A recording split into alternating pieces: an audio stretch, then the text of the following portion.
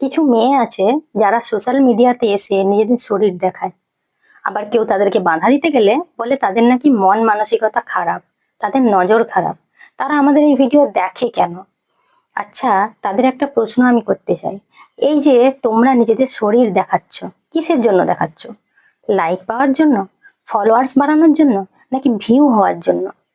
আচ্ছা, একটা কথা বলো তো, তোমাকে যদি কোনো একটা মুভি বা কোনো একটা কন্টেন্ট বারবার দেখানো হয়, তুমি কি সেটা দেখবে? তোমার কাছে কি বোর হবে না? তুমি কি পুরনো হবে না সেই জিনিসটা দেখে?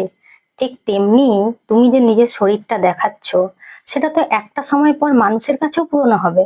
প্রথম প্রথম এই তোমার কোমর নাচানো, তোমার শরীর দেখানো মানুষের ভালো লাগবে, ফলোয়ার্সও বাড়বে, ভিউও অনেক হবে। কিন্তু যখনই তুমি পুরনো হয়ে যাবে, তোমার এই জায়গাগুলো দেখে মানুষ বিরক্ত ভাব হবে, তখন কিন্তু তোমার ভিউয়ার্সও কমে যাবে, ফলোয়ার্সও কমে যাবে। তখন মানুষ নতুন কিছু দেখতে চাইবে, আর তখন তুমি সেটার জন্য ডিপ্রেশনে চলে যাবে। ভাববে এত ফলোয়ার্স হতো, এখন কেন কমে গেল?